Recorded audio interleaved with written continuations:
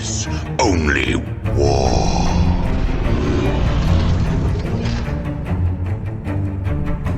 What is up, gents? 40k Dirtbags here. We got a game battle report for you today. We're doing Chaos versus Chaos. This is a couple weeks old. I apologize. I'm trying to catch up with everything that I have in the backlog with battle reports.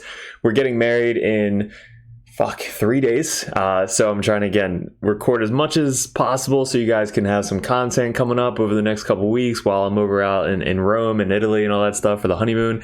But thanks for clicking on the video. If you guys are new to the channel, 40k Dirtbags, we play all different types of 40k. It's more of a beer and competitive type 40k channel. We try and teach you guys as much as we possibly can. So if you guys are new, hit the like, subscribe, do all the YouTube stuff. But also all my Patreons, I wouldn't be doing this without you guys. Are just supporting me so much. We're able to bring in more dirtbags like Matt and Mike onto the channel to kind of grow the channel as a whole, and kind of gets us to go into more events, upgrade the camera settings, all that stuff. So thank you so much for my Patreons. If you guys want to support the channel, head over to Patreon in the link below. And if you guys are into the competitive scene, there's competitive dirtbags and Grandmaster Dirtbags. You guys get to message me one-on-one. We go over list ideas, tactics, all the fun stuff as well. You guys get to message me one-on-one in Discord. We have our own Discord channel. And we can do setup calls for Grandmasters once a month to go over, one-on-one coaching over on the Discord. So, guys, this game is this list specifically. We'll go over the two little videos of the list that we're running, but it's Chaos versus Chaos. So it's really just, there's so many different Chaos lists out there right now, which is so cool. And Chaos are doing pretty good in the meta. Like, they're a little bit above the 50% win ratio, which is kind of in that little red area. The lists that I run don't have like the major ones. Like, yes, we have Abaddon, but we don't have like 10 Terminators, Obliterators, 3 Forge Fiends, all that shit. So we're running the triple Accursed Cultists, which you'll see in a little bit. And then Mike is running the standard list, but he's also trying Warp Talons out, which I think are super good right now. 100 points, move 12, full rerolls, strength 5, AP 2, like Slanesh, you could advance and charge and then explode on 5s. Like, they are fucking scary. So Mike's list is, we're kind of testing out to see if he has an answer to the triple Accursed Cultist list. So you guys can kind of learn on what he's doing to kind of see how to combat it. And like, maybe there's some things you saw in the video that he could have done better or I could have done better. It's definitely good to see kind of what different perspective on what we could have done better in the next game to come. But leave in the comments below. Also, we're going to go over picture by picture to go over kind of each turn, and I have the score for you guys so you can keep track of that. And then at the end, we'll kind of give a little tidbit on what we learned and what we could have done better in this specific game. So again, let's go over the terrain for you real quick. This is going to be the terrain setup at, where were we playing today? We are at Top Deck Games in Jersey. Really, really good store. Great customer service. The most product I've seen at a store. Super clean. It's just probably one of the best stores in the entire area.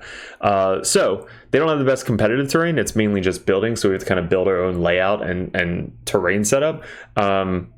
But there's plenty of space, so it's cool. This is the terrain setup. We are practicing kind of like rectangle and a big square, rectangle, big square. They're all ruins. These are line of sight blocking. They're the 2-inch things so you can walk over them, 2-inch things so you can walk over them, and then kind of little L's on the outskirts here. But this is it. And if you guys notice, we are playing an additional objective in the center. So we have one objective here, one objective here, one objective there, and one objective there. So it's 4 in no man's land. And then we have 2 objectives on the outskirts. I think we remove the center one eventually. No, we just kept the center one there just for shits and giggles. So basically we played, first time ever, me and Mike, we played Servo Skulls. So I've never played it, he never played it. So it took us a while to really figure out how to play this mission, and it's basically about just kicking the soccer ball in the opponent's deployment zone to get as many points as possible. There's a lot of stuff that I learned after playing this game, which is like you can stack the objectives on top of each other and kind of move them all at the same time if you have a big unit like a Accursed Cultist that just won't ever get stolen away from you. So that's what we're going to try out next time we ever play this. But they played this at GT that I just watched with the Sisters play, the interview with Jeff. Go check that out if you guys are Sisters player. But he played this against Quentin, which is one of the Art of War guys, against Eldar. So Sisters beat Eldar in this matchup. So it was insane. Let's go over the list real quick, and then we'll be back to go over the missions. All right, today we're leading off with Chaos. We got Abaddon with a unit of Legionnaires. We have a unit of bikes with all plasma, 2 units of Nurglings, or 2 units of Cultists, both Nurgle, 2 Forge Fiends, they're both Nurgle. We have the new demon guy that we added to the army, 120 points. Can deep strike, starts with an S, I forget his name, but we're testing him out. 3 units of 3 Nurglings, a unit of Seekers, 3 units of Accursed Cultists with 3 Dark Communes. This unit's going to be Nurgle, and these 2 are going to be undivided. What do we got? Yep, so I'm still running Abaddon, 10 Terminators, 10 Cultists, 3x3 Nurglings, 2x2 Obliterators, 2x5 Warp Talons, 3 Bikes, Changeling, Blue Scribes, and then 2 Forge Fiends, 1 with Autocannons and Ectoplasma, and then 1 with 3 Ectoplasma. Alrighty, so those are the lists. Like I said, triple Accursed Cultist list. First time I use Sile, and he's doing the standard Chaos Space Marine list, which I really like his list. I mean, Chaos in general is good, so you can really play it however you want to play it. But we picked the secondary mission that you have to actually add an additional objective. So usually there's just 3 Servo Skulls, but now there's 4 in this mission, which has made it even more fun. And then we have our 2 objectives in the back field, which you can't move. They're just there in case you need to do capture enemy outpost or defend stronghold or something like that. You need to actually know where the hell you're standing, and then just ignore this one in the center. So I think we did that just so we know exactly where the center is in case we need aerial denial, stuff like that. So this is how we set up the table. This is my deployment. It's just super aggressive. I changed this list right here. This unit is the Nurgling unit, the one with the black bases, so it's easier to differentiate. They're all actually painted now, which is crazy. They're going to look amazing on the table. But I painted all of them. So I'm super happy about that. The Seekers are also painted, but here we got the Nurglings over here, Nurgling in the top center here. In case we get like aerial denial, we can just run over. We have Undivided here, Nurgle out there in case he gets some shots off. Seekers there to kind of pregame move up. Abaddon's in the center to run up to get the 4-up invuln and save. Cultists make this sticky, and then the other Cultists for aerial denial over there. And then we have a Forge Fiend in back here, so hopefully can scooch up and get a line of sight onto whatever steps out in the center. We have our bikes always in the back, just waiting to hop off the table edge. You can see this little border here, like the table is a little bit different color. So right here is one color and the other color. So they have it mapped out specifically for the 40k terrain or table setup. So it might look a little bit bigger, but it's actually cut off right there. You can tell a little bit. And then in his reserves, or my reserves, we always reserve a Cursed Cultist unit. We reserve a Forge Fiend. And I believe 1 Nurgle unit is what we have in reserves this game. Usually I put a unit of Cultists in reserves as well, so they could walk on and do something and potentially get a sticky objective. He's got Nurglings in the back here. He's got Warp Talons up top here because this blocks all line of sight, so I can't get any line of sight whatsoever. He's got another unit of Nurglings in the center there. A big old brick of Terminators with Abaddon, 2 Forge Fiends on the board, and the Cultists to spread out in the back. He did start him on the objective, so he makes it sticky. And then bikes, same thing as we did all the way back in the corner. So turn 1, let's pull up the score. Okay, cool. So turn 1, I go first. Yes, so I happen to get turn 1. So with our turn 1, Seekers obviously go from on the line up 9 inches and then they fucking run 14. But turn 1, we get behind enemy lines, which we have to try and get with the Seekers. It's really hard in this deployment because you literally have to just kind of go all the way on the other side of the table, and also he doesn't really have any chaff units. His chaff units are the Nurglings, which are in the center of the table because they pregame moved or pregame deployed. So I would have to charge backwards, which doesn't really get me behind enemy lines because there's no way the Seekers are going to kill the Nurglings in 1 round of combat. So also we got Secure No Man's Land, which is one of the easiest ones you can get. So we made the back objective sticky, and we controlled one of these fucking objectives over here. Now again, this is the first time we both played deploy teleport homers. That we would play this completely different next time, but mainly it's just push them as far forward as you possibly can and plan to kind of keep them under your control for the rest of the game. That is really what you want to do, especially with a Cursed Cultist. Like, people should not steal them away from a Cursed Cultist. With so much OBSEC we have on these points, you should control these most of the game. Same with this Terminator unit. Now, we do have Forge Fiends on this other side of the table, but they are Nurgle. So if you can control 2 or 3 objectives with just your Terminator unit, it's going to be really hard to get near that, especially with Abaddon leading that unit. So turn 1, we just advance our Nurgle unit. We advance these guys up and around, kind of keeping some of them behind the cover or the wall, and then some of them out front here. All the big guys usually are out front. Abaddon scooted up to get the 4-up invuln save. Nurgling guys moved back. Seekers moved up and then charged to block the Terminators from coming out, but we got 1 charge on the Nurglings and we base to base all 3 or 2 of them, so that way it blocked the charges for the other ones. This Nurgling backed up because I didn't want the Havocs or Warp Talons to just hop over and kill my Nurglings for free, so we kind of gave him this little objective down here if he wants it, and then the Cultists scooted up over here to control this objective to kind of scoot it back this way towards this Accursed Cultist unit. So that's basically where the objectives landed. So we landed 1 there. We moved this one back towards our objective. The other one went over this way. So we probably should have put all 3 just together, which we didn't know at the time, but you literally just move all 3 of them into 1 spot. So that way 2 units of Accursed Cultists with Abaddon just pushing this shit across the table, which is... I can't wait to try it again. Hopefully I get this in the tournament. But next he scoots up his Warp Talons. Instead of going that way, they move up this way to charge my Seekers to get them off the table. He takes back over this objective and starts pushing it towards my deployment zone.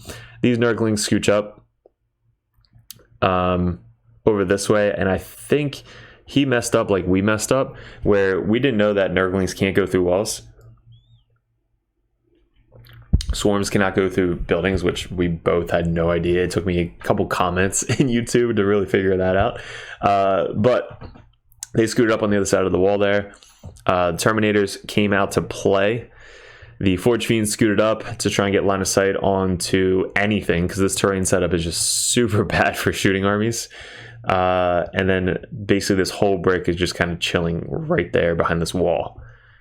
So he gives me a charge target, which is the Warp Talons right there. Now at the end of every turn, you get to push this objective. So whoever controls the Servo Skull gets to push it 6 inches. So even in his turn, I get to push the Servo Skulls where I want to, and then on my turn, I get to push them again. So basically you're moving them 12 inches across the table. That's why if you stack them and kind of keep them near your guys, you're able to kind of like push and get him away from the opponent pretty reliably. Turn 1, he gets Secure No Man's Land, which he gets...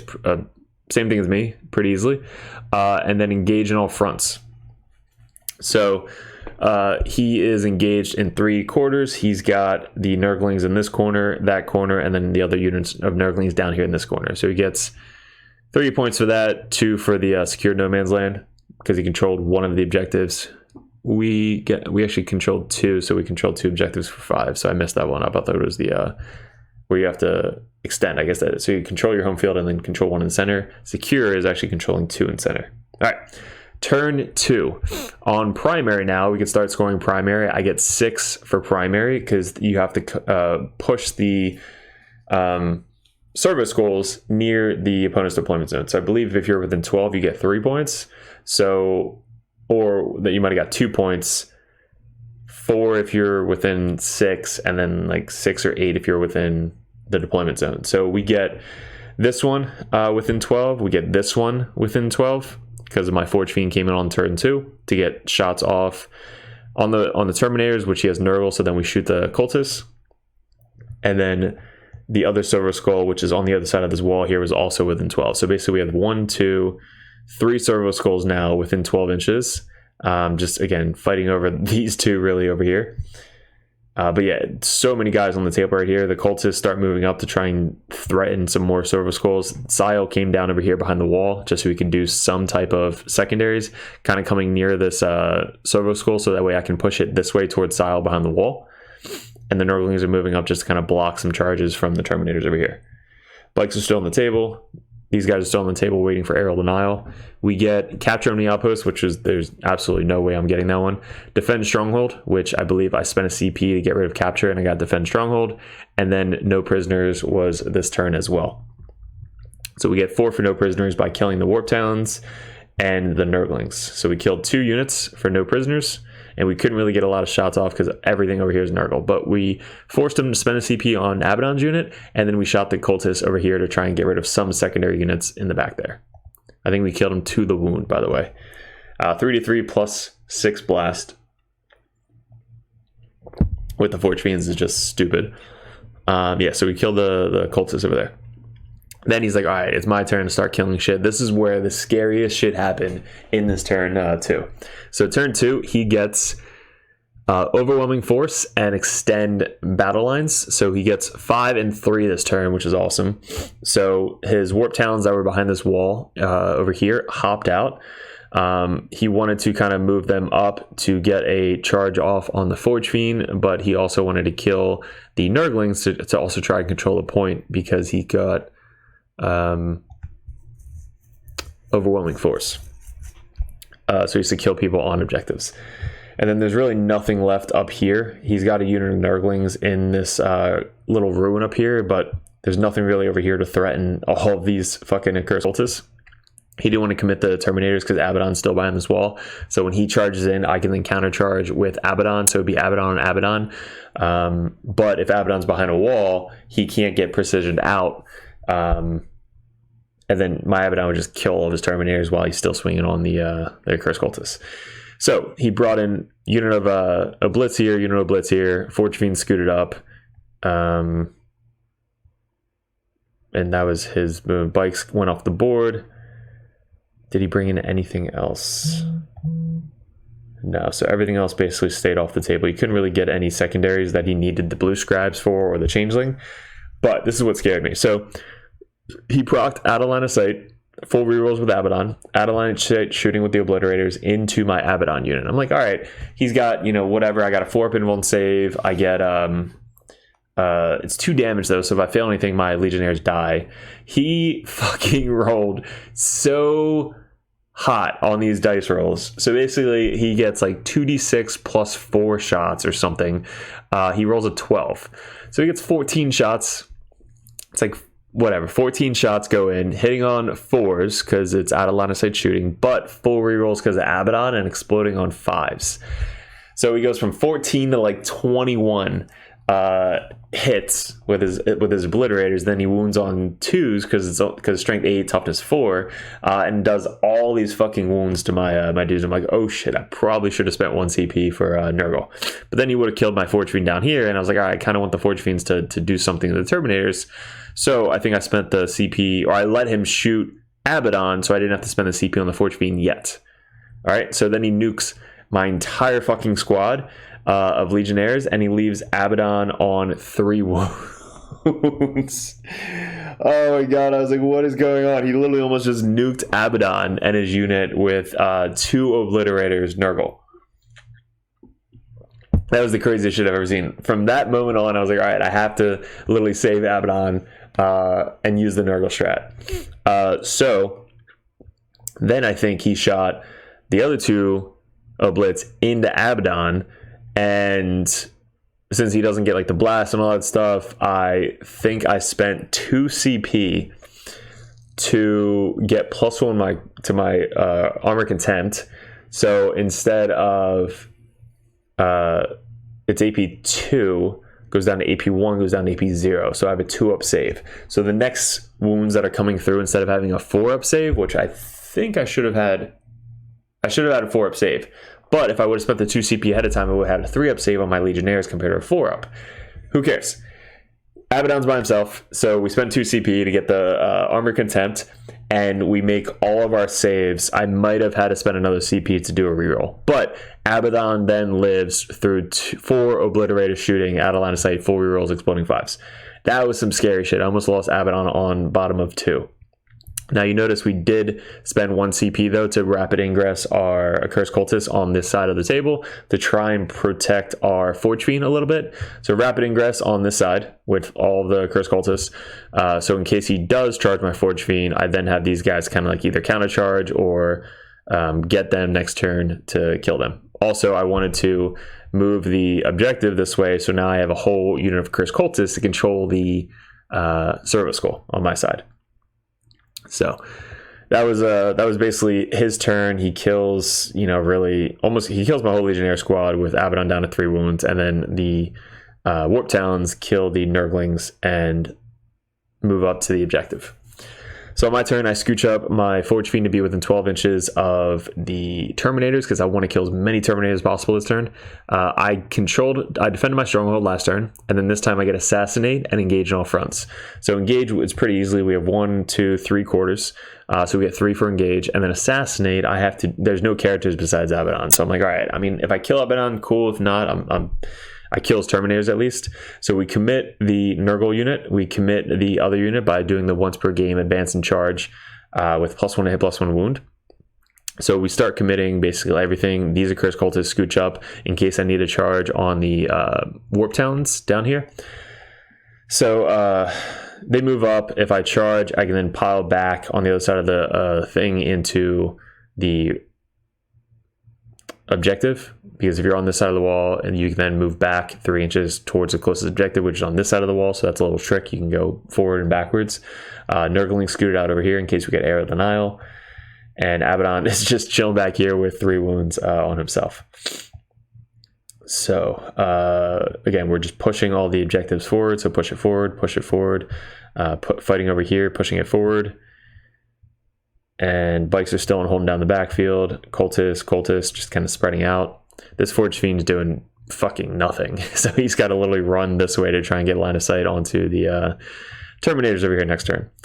All right, so we commit and we kill the Obliterators over here. So we killed the 2 Obliterators. We then don't pile into the Terminators because we don't want Abaddon to just nuke everybody else. We then tag up this unit of Nurglings with our Nurglings and our other unit, but we have 2 objectives right near his deployment zone. We have this objective over here that we're fighting for with this whole Accursed Cultist unit, and I believe there's one more somewhere under this ruin right here. So we got 1, 2, 3, and then 4. So that's basically what we're fighting over right now. But we did kill with 1 Forge Fiend 8 fucking Terminators. That is just dumb. It's dumb. It's just it's made to kill Terminators. 3d3 plus 6 because it's a squad of 10. Hitting on 3s, hitting on 4s because he spent a CP, and then 5s explode, and I think I rolled a lot of 5s. And then winning on 2s because there's toughness 5. All right, so he starts scooting up his guys, his changeling, and I blocked out basically the whole zone with all of the models that we have, so he can only bring in his blue scribes and changeling in his deployment zone. Same with his bikes. And his Nurglings are still stuck in combat over there. We have 2 objectives that we're controlling there. He starts scooting up Abaddon and his Terminators to do something and take over a objective. Obliterators scooch over. Warp Town survived Sile, by the way. So Sile charged in and only killed, I believe, 3 of them. And again, these guys are just waiting so that way they can counter into Abaddon or the Oblitz or the Forge Fiend next turn. So for his turn, he got Aerial Denial, which he couldn't really get to the center anywhere, and then he got Cleanse, which again, he can't really cleanse these because he doesn't control it, and then this one, we're right on the other side of here, we're controlling that as well, so it's really hard for him to cleanse. He can't fall back and cleanse over here unless he spends 1 CP to try and cleanse this one down there, but we're controlling it with 2, 4, 6, 7, 8, 9 OBSEC. So he commits the Obliterators, he commits Abaddon, he commits the 2 Terminators, and they kill almost all but 3 of the big guys. I still have my character here, which I probably should have killed these 3 first and left some Accursed Cultists down here, so that way they could start regenerating on my turn, but I kind of messed up the coherency, so I killed all of them in the middle and then left the 3 big guys, which then at the end of the turn they then died anyway because they were out of coherency, and all I had left was this character right down here because she was within 6 inches of Abaddon for the 4-up invuln save. So again, I should have killed these guys and then left a couple little guys down here to just start bringing them back. So that was my mistake. Up here, he charged his last cultist into my cultist because he wanted to kill this last Accursed Cultist down here. I think he shot the obliterators, the terminators, everything into that unit to try and kill everything. The bikes moved over, shot them. The Forge Fiend moved over, shot them. So he killed all but the banner, the character, and one Accursed Cultist. I then did spend 2 CP to interrupt, so we can then at least kill this cultist so I don't fail that save, and then he wipes that squad, because at least I could start bringing 3 Accursed Cultists back every single turn. So we spent 2 CP to interrupt against this last solo cultist, so that way we can scooch up towards the objective and then steal these 2 objectives back. So that was a great 2 CP well spent. And then for our turn, we get Cleanse for 5 and Bring It Down. Bring It Down, we have to start killing these Forge Fiends, so we move up and shoot this Forge Fiend to death. This amount of dice is from me charging this unit down here, advancing charging, +1 hit, +1 wound into Abaddon's 2 Terminators and Abaddon. So that's how many dice he rolled. I think it was like 31 saves or something. And this is basically the end of the board state. We killed Abaddon and the Terminators and the Obliterators. Abaddon's came out to play and killed the other 2 Obliterators. Nurglings moved up just to get the -1 to hit. We started bringing these guys back now because we could bring 3 back every single turn. We got 2 objectives that are in his deployment zone, kind of just getting me points. Bikes came in over here to finish off the Nurglings. We still have our 2 Cultist unit in the back, just there in case we get any secondaries. This Forge Fiend moved up to get line of sight onto this Forge Fiend to kill him. This Forge Fiend scooted up as much as possible to finish off this Forge Fiend. He scooted up to get this objective back. Nurglings are still there, just being annoying. His Nurglings are still there. And that is basically it. So he's got everything. He's got Blue Scribes, Changeling, Forge Fiend, Bikes, and Nurglings left. And then this is basically the final score. So at the end of the game, we get 5 for extend battle lines, and we get 5 for deploy teleport homers, because we were in his deployment zone, so we were able to get that. And then for him, his primary was just shot ever since turn 2. So turn 2, he was able to get something within 12 inches of my deployment zone, which is one of the deploy teleport homers. And for the rest of the game, it's just almost impossible with 3 units of Accursed Cultists trying to steal teleport homers from them. Sorry, Servo Skulls. He did get pretty good first 2 turns, 2 and 3, 3 and 5, and then 0-0. And then on turn 4, he got Bring It Down, capture enemy outpost he couldn't get, which he spent another CP for, and then he just couldn't get anything on the last turn. For us, we finished up with 34 out of 40 for secondaries, and then we had 50 out of 50 for primary, again, because the Servo Skulls were just near his deployment zone the entire game. So even just 2 turns, we almost got 50 out of 50, which is fucking nuts. Like, this game is nuts with Accursed Cultists. Then we had 17 out of 40 for secondaries and 2 out of 50 for primary. With Battle Ready, we're ending up with 94-29. So, Mike, I apologize. That game was kind of killer. It was super fun, though, because this is the first time we played Teleport Homers, and we both would definitely play this again differently. And when he comes back, he's away right now. When he comes back, I really want to test a game out with him running triple Accursed Cultists and me running a list specifically try to kill Accursed Cultists. Like Warp Talons charging in, Terminators actually getting the charge off, not getting shot by Forge Fiends killing an Accursed Cultist unit by itself. So like we want to like kind of switch roles and see how it is on the other end, so that way he gets some practice in the Accursed Cultist, and then I get some practice on seeing if we can actually fucking beat triple Accursed Cultist, because I kind of know what he's going to be doing because I ran the list right now 15 times with the triple Accursed Cultist. So I'm basically getting ready for LVO. We are going to LVO, so if you guys are going to LVO, definitely come up and say hi.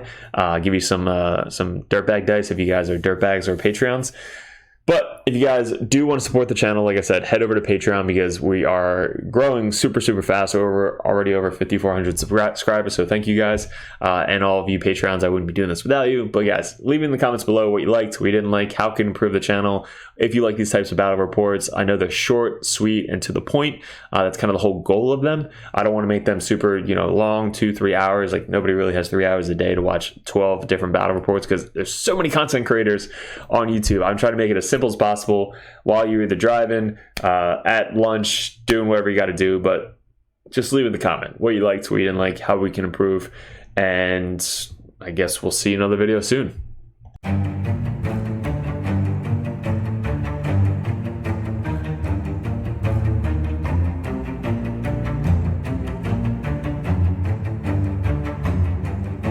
what's up, my Patreon? So thank you so much for supporting the channel. If you guys are new here, there's so much content coming up on Patreon. We're going to continue to grow the channel. We got other dirtbags joining the channel to make a huge camaraderie dirtbag nation for you guys up on the Patreon. We have other factions joining the dirtbags as well. It's not just going to be specifically 4 factions that we play all the time. We are really good at those 4 factions, but we have other really good players joining the dirtbags, and we really want to grow the channel as much as possible. And it really is all thanks to the support from you guys donating, getting competitive dirtbags, the grandmasters. All of you guys are just, thank you so much. This video is really just made to give thanks to you guys who are either joining as you're watching this video or have joined over the past couple months. You guys have seen me live at tournaments and GTs and even have flown out and met me, Cooper, to basically just hang out with us all weekend. So thank you so much, guys. I really appreciate it. More is going to grow from the channel in 2024, and I just can't wait to grow the Dirtbag Nation as much as we possibly can. So again, thank you so much, and appreciate you joining the Dirtbag Nation.